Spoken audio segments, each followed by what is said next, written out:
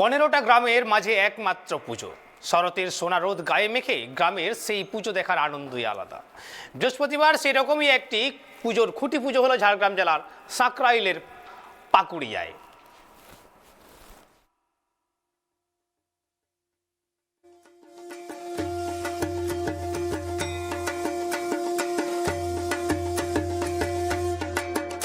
পনেরোতম বর্ষ চলছে।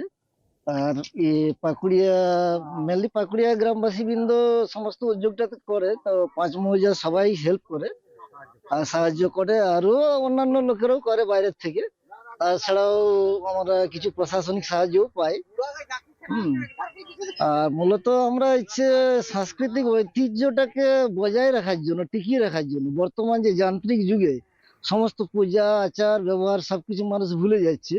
এইসব জিনিসগুলোকে একটু টিকিয়ে রাখার জন্য, একটু আনন্দ সবার মধ্যে একটু আনন্দ প্রদান করার জন্য, যাতে করে এই সময়টা কি সবাই বন্ধু বান্ধব আত্মীয় স্বজন সবাই আসছে, আসলে কি আমরা এক জায়গায় মিলিত হচ্ছি, একটা মনের ভাব প্রকাশ করছি সবাই মিলে, একটা আনন্দ হচ্ছে এবং সাংস্কৃতিক অনুষ্ঠানটাকেও একটা বজায় থাকছে। আর তার জন্য আমাদের একটা পূজার বাজেট মোটামুটি 1.5 লাখ টাকা। বিগত দাদারা বলেছেন 1.5 লাখ টাকা, তো আমরা কমিটির পক্ষ থেকে আমরা দেখিয়েছি যে ওর থেকে অনেক ঊর্ধ্বে চলে যায়। তো সেইগুলো আমরা অতটা প্রকাশ করিনি, যাক নিজেদের মধ্যে ওটা করিনি, যাতে করে আমরা চাই কি পূজাটা বজায় থাকুক, পূজাটা টিকিয়ে থাকুক। কাছাকাছি সেরকম এখানে না, মোটামুটি 6-7 কিলোমিটার দূরে পুজোটা হয়। ছুড়দা একটু হয়। নতুন বৈশিষ্ট্য বলতে কুমারী পুজো আছে, আমাদের রক্তদান আছে, আর সেরকম নতুন আমরা কিছু করে উঠতে পারি না আমাদের গ্রামবাসী।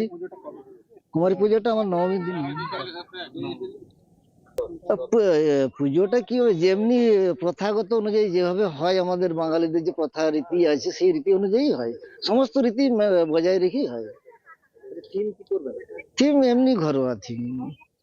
আমাদের প্রতিমা আছে, মূর্তি সবই